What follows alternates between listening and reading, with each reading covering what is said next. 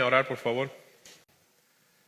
Padre, te agradecemos en este momento esta bendición que nos has permitido de estar juntos en armonía en este lugar, de estar aquí, Señor, levantando este culto en tu nombre.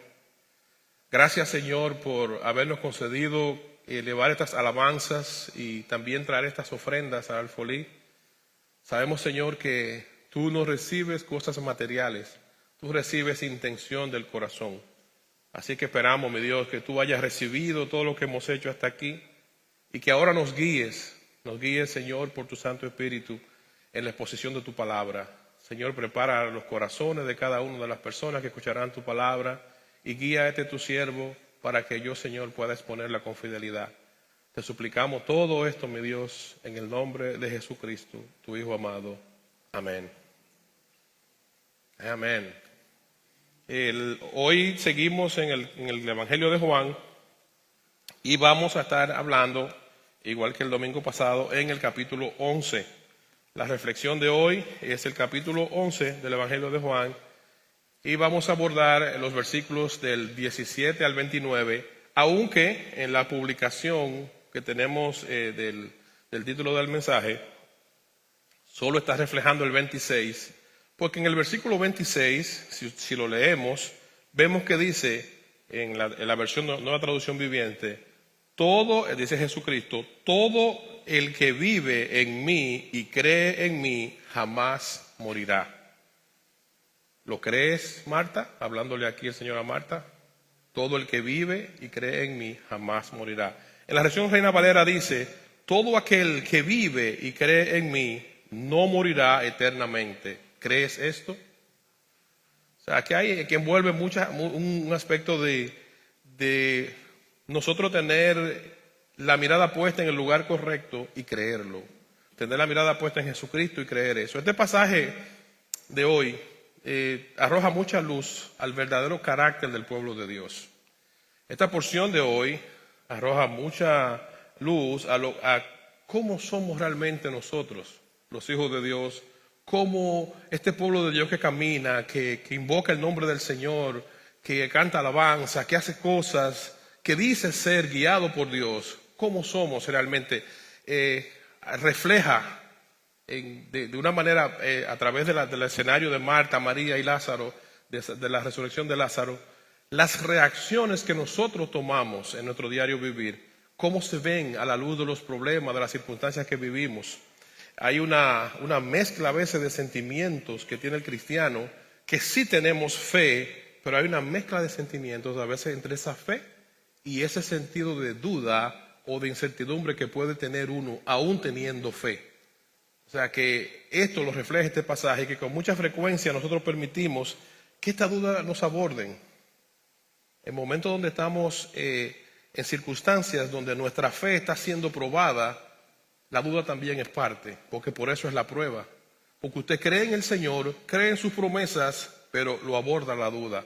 Entonces, este capítulo 11, del 17 al 29, es una porción que nos confronta a esa realidad. Nos ayuda a entender esa realidad y nos da respuesta en Jesucristo de cómo podemos nosotros mitigar esta situación. Cómo podemos responder a esta situación. Nos presenta la única respuesta verdadera que nos da la vida. Yo quiero que leamos acá Juan 11, 17 al 29. Yo les recuerdo que acá vamos a estar leyendo de la versión Nueva Traducción Viviente, una versión de lenguaje sencillo. Los que tienen su Reina Valera, pues por favor traten de hacer los ajustes del lugar mientras vayamos leyendo. Dice la palabra de Dios, Juan 11, 17 al 29, hablando aquí del evento de cuando Jesús resucitó a Lázaro. Cuando Jesús llegó a Betania, le dijeron que Lázaro ya llevaba 4 días en la tumba. Betania quedaba solo a unos pocos kilómetros de Jerusalén y mucha gente se había acercado para consolar a Marta y a María por la pérdida de su hermano. Cuando Marta se enteró de que Jesús estaba por llegar, salió a su encuentro. Pero María se quedó en la casa. Marta le dijo a Jesús, Señor, si tan solo hubieras estado aquí, mi hermano no hubiera muerto. Pero aún ahora yo sé que Dios te dará todo lo que pidas. Jesús le dijo, tu hermano resucitará. Es cierto, respondió Marta, resucitará cuando resuciten todos en el día final. Versículo 25. Jesús dijo, yo soy la resurrección y la vida. El que cree en mí vivirá aún después de haber muerto. Todo el que vive en mí y cree en mí jamás morirá. ¿Lo crees, Marta? Sí, Señor, dijo ella. Siempre he creído que tú eres el Mesías, el Hijo de Dios, el que ha venido de Dios al mundo. Luego Marta regresó a donde estaba María, y los que se lamentaban la llamó aparte y le dijo, el maestro está aquí y quiere verte. Entonces María salió enseguida a su encuentro. Amén. Que Dios añada bendición a nuestras vidas con su palabra y en esta reflexión de hoy. Al leer este pasaje, la primera cosa que quiero pedir que veamos en estos versículos es cómo nuestra debilidad siempre pone a prueba nuestra fe. Cómo nuestra debilidad como ser humano pone siempre a prueba nuestra fe. Si miramos estos versículos del 20 al 24, con lo que acabamos de leer en este momento, y vemos algunas particularidades de la conversación entre María y el Señor, vemos que, entre Marta y el Señor, vemos que Marta, en el versículo 21, le dice al Señor, si tan solo hubieras estado aquí. O sea, dentro de que ella sabía de que Jesucristo, siendo Dios de todo poder, que solamente tenía que decir la palabra para que algo sucediera, porque también en otro momento lo hizo. Una vez sanó al hijo de una persona y solamente dijo la palabra. O sea, Jesucristo tenía ese poder, Marta lo sabía. Y ella, aún conociendo ese poder del Señor, ella dice aquí, Señor, si tan solo hubieras estado aquí, mi hermano no hubiera muerto. O sea, en ese momento su fe estaba siendo sacudida por sus dudas y por su humanidad. Entonces él dice, Señor, si tan solo hubiera estado aquí, mi hermano no hubiera muerto. Pero aún ahora, entonces miren ahora es como cuando uno se dice y se contradice. Como dice en el 22, pero aún ahora yo sé que Dios te dará todo lo que pidas. Este reflejo del carácter de Marta debemos nosotros, en la medida que vayamos analizando y reflexionando en esta porción, tomarlo para nosotros. ¿Cuántas veces en nuestra vida nosotros hemos asumido esta posición que asumió Marta en ese momento? ¿Cuántas veces en nuestra vida nosotros sabemos que Dios es real? Hemos visto la mano de Dios obrar en nuestras vidas por muchas veces. Hemos visto el poder de Dios obrar en medio nuestro.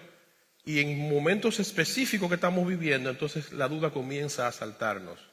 La duda comienza a apoderarse de nosotros.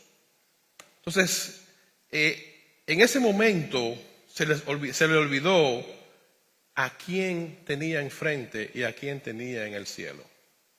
Jesucristo, Dios hecho hombre, Dios encarnado. Marta sabía que era el Mesías. Marta sabía que tenía enfrente a Dios hecho hombre, hecho carne. Pero se le olvidó a quién tenía enfrente. Y eso nos pasa muchas veces. Por eso vemos en el Salmo 75, versículos 25 y 24, cómo el salmista hace una reflexión para no olvidarse a quién tenemos en el cielo.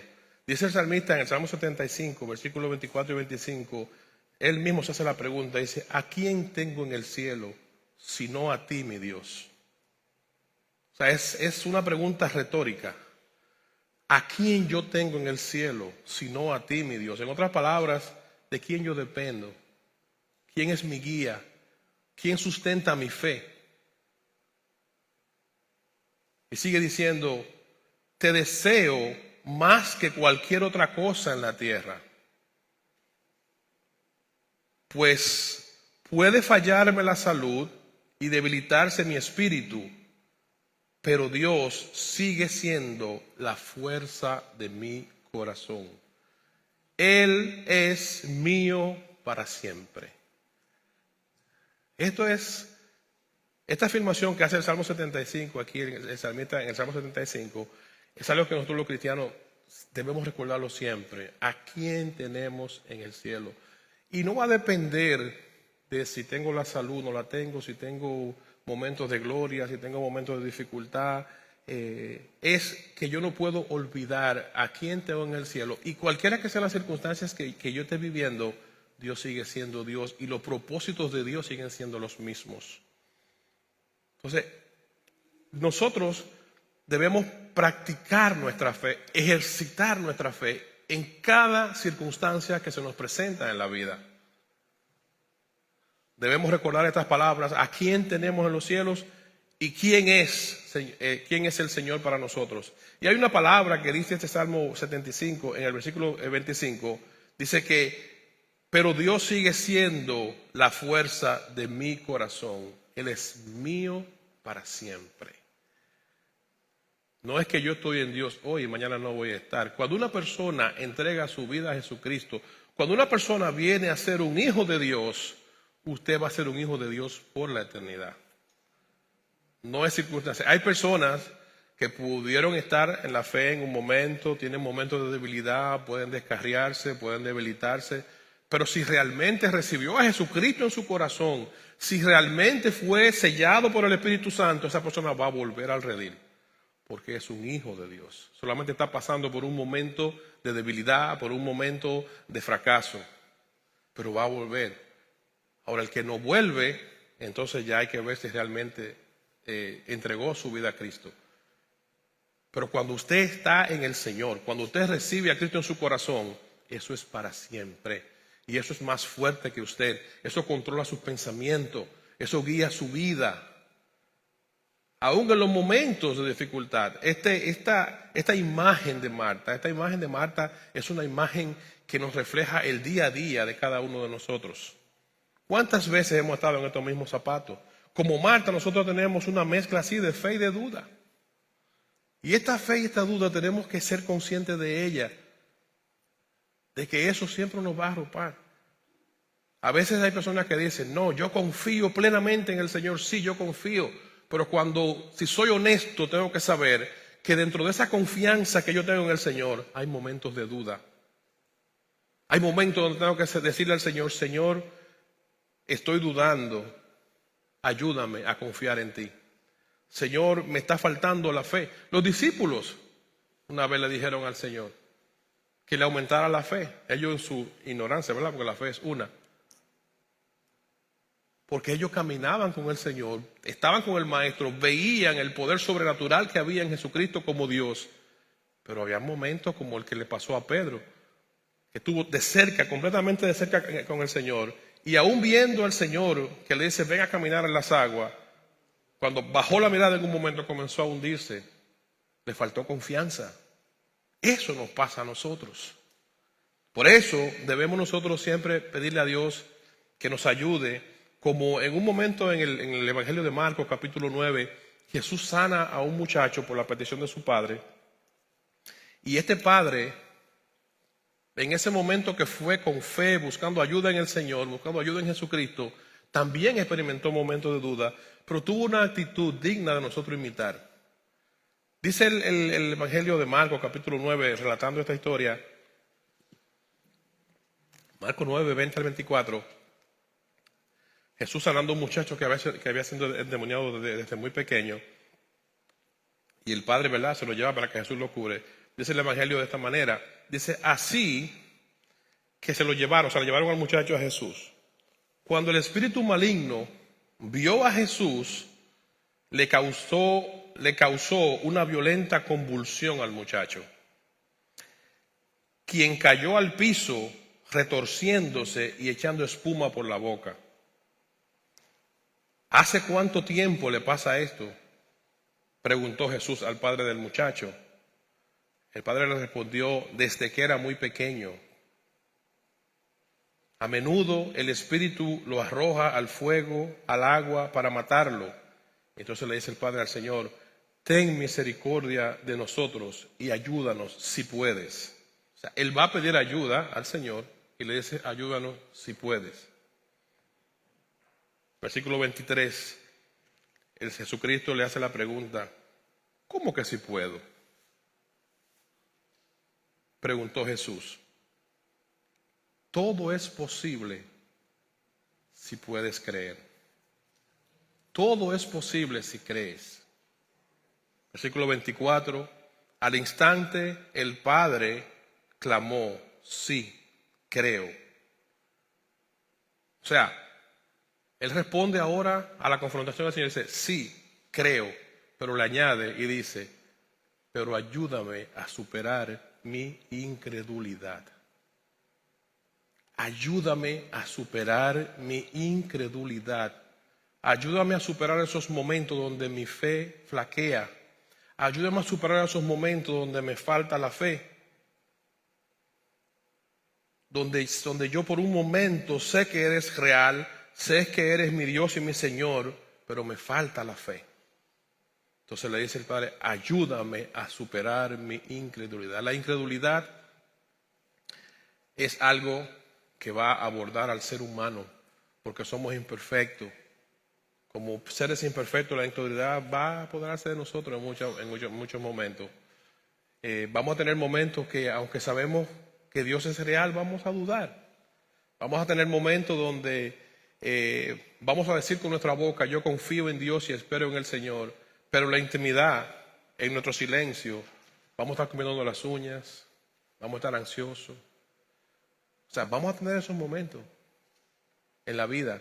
Entonces, esos momentos son lo que debo de pedir al Señor, y específicamente ponerle al Señor: Señor, ayúdame con mi incredulidad. Ayúdame a confiar en ti. Ayúdame a confiar en ti plenamente, a depender de ti plenamente. Ayúdame a mantener mis ojos puestos en Jesucristo. Ayúdame a mantener mis ojos puestos en ti, que eres el dador de la vida y el Dios de todo poder. Ayúdame a mantenerme enfocado en ti. Muchas veces traspasamos nosotros esta frontera y buscamos en nuestro corazón respuesta a cosas que solamente la podemos encontrar en el Señor. Comenzamos a racionalizar cosas que solamente la podemos encontrar en el Señor. Comenzamos a querer resolver cosas con nuestras manos que solamente van a ser poder resueltas por el Señor. Dios no necesita ser probado.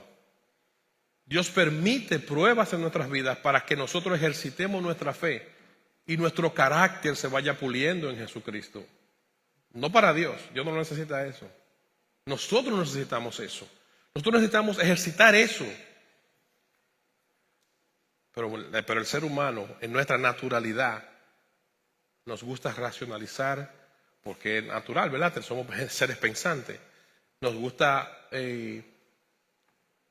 analizar cosas espirituales en la carne, por decirlo de otra manera. Mientras analizaba este texto bíblico, quise buscar un poco acerca de la definición de la vida según la filosofía. Ustedes saben que la filosofía es la que ha influenciado el pensamiento de todas las generaciones y de todas las sociedades alrededor del mundo. Los filósofos, a través de la historia, son los que han definido la línea de pensamiento de cada sociedad desde el principio. Y mientras buscaba la información, me encontré con algunos datos interesantes y quisiera compartirlo con ustedes. Buscando la definición del sentido de la vida en base a lo que la filosofía define, primero sabiendo que la filosofía es una disciplina que busca entender la realidad a través de la razón, del pensamiento crítico y de la reflexión. No hay nada malo en racionar, no hay nada malo en racionalizar, no hay nada malo en tener un pensamiento crítico, no hay nada malo en reflexionar, es correcto. Ahora, cuando lo hacemos, los cristianos debemos hacerlo a la luz de la Biblia, a la luz de lo que dice la palabra de Dios. Entonces busca resolver problemas de la existencia humana a través de métodos carnales y humanos. Busca resolver problemas de la existencia humana a través de razonamientos de hombre. Y eso no aplica para el cristiano. A través de la historia, muchas personas pudieron influenciar y siguen influenciando. Buscan este sentido de propósito, sentido de por qué existo, para qué existo. A través de la historia muchos filósofos lo han hecho y sigue pasando. En la perspectiva de la filosofía sobre la vida, si vemos en la filosofía antigua, vemos que hombres como Sócrates y Aristóteles trataron de buscar definición a la vida, al sentido de la vida, obviamente en su razonamiento. En la filosofía moderna igual. Y en la contemporánea, que es la más reciente, yo diría quizás la más peligrosa, donde existe lo que se llama el existencialismo y el humanismo. El existencialismo y el humanismo sostienen que el sentido de la vida es una construcción individual, una tarea de autodescubrimiento y una creación personal. Nada más divorciado que esto a la verdad bíblica. Por eso, hermanos, amigos, cuando nosotros los creyentes estamos buscando respuesta a nuestra vida, a nuestras situaciones, debemos tener cuidado a quién acudimos, qué leemos, de quién recibimos consejos. La Biblia es el manual de disciplina y conducta del creyente. Asegúrese que si usted va a buscar respuesta a situaciones que lo inquietan, a dudas, búsquelo sobre la base de la palabra de Dios. Busque profesionales, sí, pero profesionales que estén fundamentados en la palabra de Dios. Váyase por los métodos seguros que le garanticen a usted no solamente un bienestar temporal, sino también un bienestar eterno. Asegúrese de estar dentro de los lineamientos que Dios ha establecido. Porque como vuelvo y leo, cuando leo lo que dice el existencialismo y el humanismo, dicen que el sentido de la vida es una construcción individual, o sea que de cada persona. Usted construye su vida usted como usted quiera. Eso es lo que está diciendo. Y es una tarea de autodescubrimiento y creación personal. O sea que mi vida se va a definir de que yo me autodescubra yo mismo. Eso es lo que dice. Entonces, mis hermanos y amigos, yo espero en el Señor que nosotros entendamos que la vida solamente la podemos encontrar en Jesucristo. La vida real y verdadera solamente la puede dar Cristo. La vida que da paz eterna, la vida que da seguridad, la podemos encontrar en Jesucristo. La garantía de una vida aquí en la tierra y por la eternidad solamente la podemos encontrar en Jesucristo. Nosotros fuimos creados como seres eternos. Vivimos en este cuerpo aquí en la tierra, pero un día vamos a morir. Y cuando moramos, nuestra alma no va a morir para siempre. Un día se va a levantar y va a morar por la eternidad. Y qué bueno cuando podemos tener la seguridad de que cuando trascendamos de este cuerpo que va a morir, tenemos una garantía de paz y esperación. Por eso los creyentes, cuando hay un familiar de nosotros muere y murió en Cristo, nosotros no lo hacemos, no lo lloramos con desesperación, porque sabemos a dónde va, sabemos cuál es su destino y nos duele la separación temporal, nos duele, ¿verdad? Porque nosotros no fuimos creados para morir, pero tenemos una esperanza más allá de ese momento. Tenemos una esperanza que nos la da el Señor, tenemos una seguridad de la vida eterna, tanto nuestra como de ese familiar que ha partido en el Señor. Por eso dice, el que cree en mí, aunque esté muerto, va a vivir. Ahora, el que no ha creído en Jesucristo y murió y ahí quedó porque ha muerto en una condenación eterna.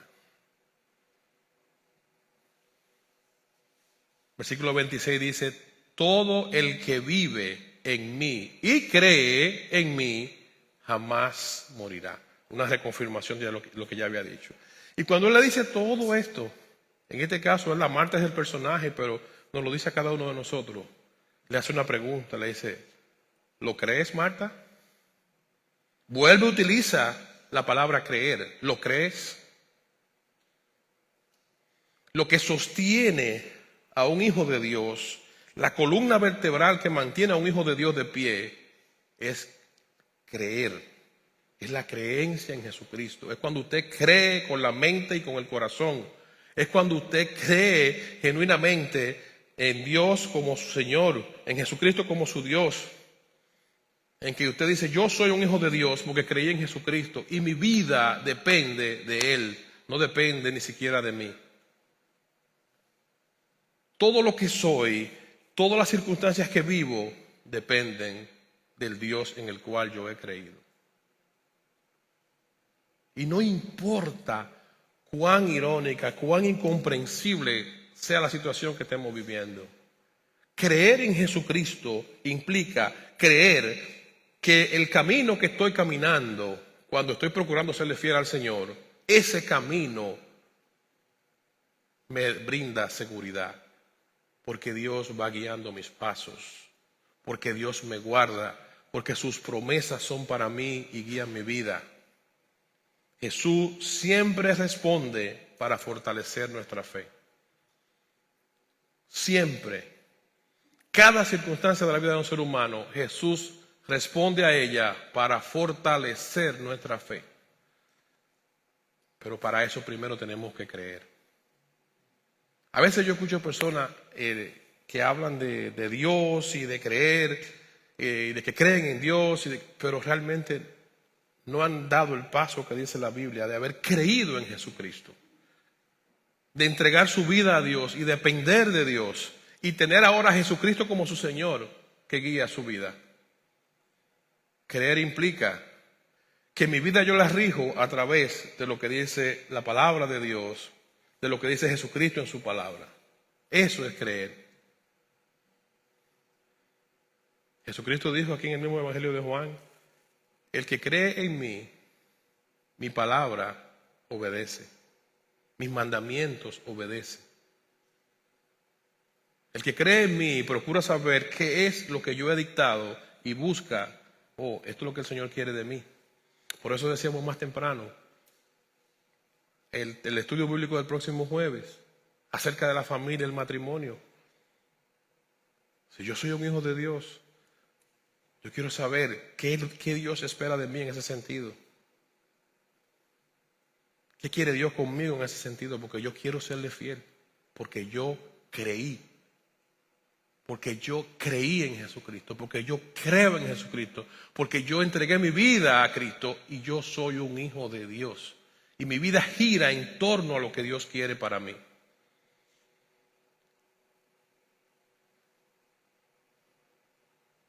La causa de la incredulidad muchas veces se debe a las ideas que tenemos. A veces las dudas asaltan nuestra mente porque cuando comenzamos a darle pasos a ideas y a cosas en nuestra cabeza, eso nos lleva a dudar de nuestra fe. Por eso debemos siempre preguntarnos a nosotros mismos, ¿dónde está sustentada mi fe? ¿Qué sustenta mi fe? Lo que yo digo que yo creo, ¿qué lo sustenta?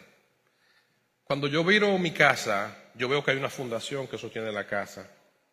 Cuando yo analizo mi cuerpo, yo veo que hay unas piernas, una columna vertebral que sostiene mi cuerpo. Yo sé lo que lo sostiene. Ahora, mi fe, ¿qué la sostiene? ¿Estoy yo seguro de saber qué sostiene mi fe? Lo que yo digo que yo creo, ¿qué lo sostiene? Sabemos que la fe es la certeza de lo que yo espero, la convicción de lo que no se ve, dice el libro de Hebreos, ¿verdad? En su capítulo 11. Ahora, eso que yo digo que creo y esa convicción que yo digo que yo tengo, ¿qué la sostiene? ¿Qué es realmente lo que yo creo?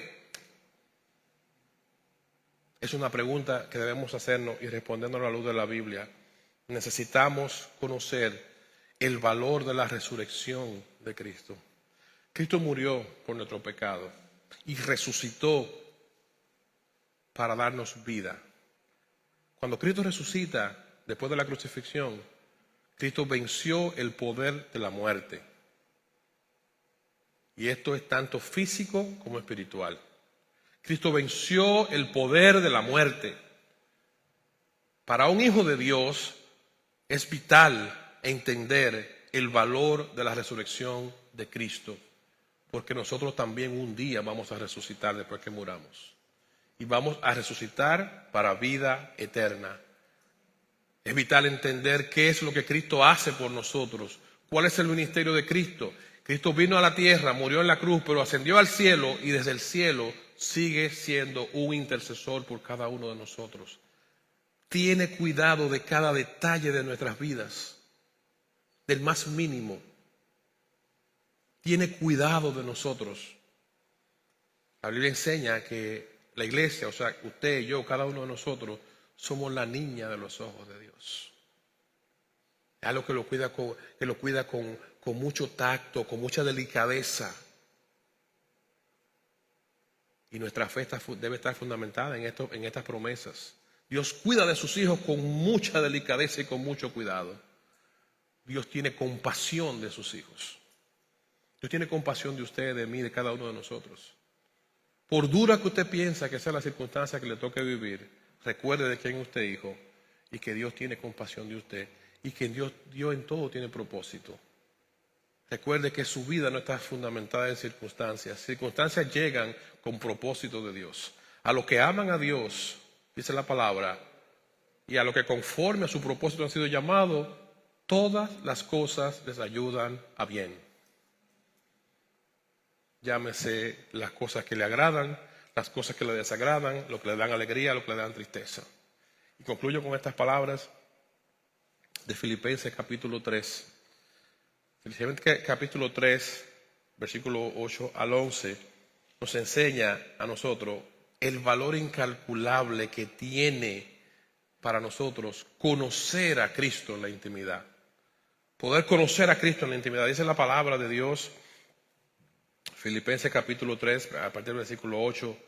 Así es, todo lo demás, aquí está hablando un hombre de Dios que tenía muchas cosas de las cuales van a gloriarse. Tenía muchas cosas de las cuales decir, tuve logros personales y ministeriales.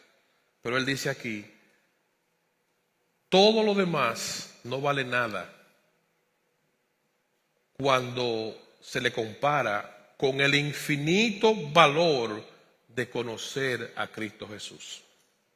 No importa lo que usted logre a nivel eclesiástico, a nivel ministerial, a nivel social, económico, personal, cualquier logro que usted pueda tener en la vida. No importa todo lo que usted logre. Dice la palabra de Dios aquí, este hombre en un momento de reflexión profunda, nada vale la pena, nada se compara con el infinito valor de conocer a Cristo Jesús, mi Señor, o sea, el que guía mi vida. Por amor a Él he desechado todo lo demás y lo considero basura a fin de ganar a Cristo. Otra versión de la Biblia dice lo considero estiércol, o sea, materia fecal. Y llegar a ser uno con Él.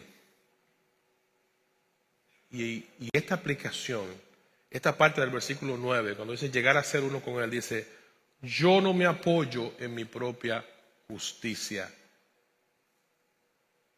Por medio de obedecer la ley, más bien llego a ser justo por medio de la fe en Jesucristo.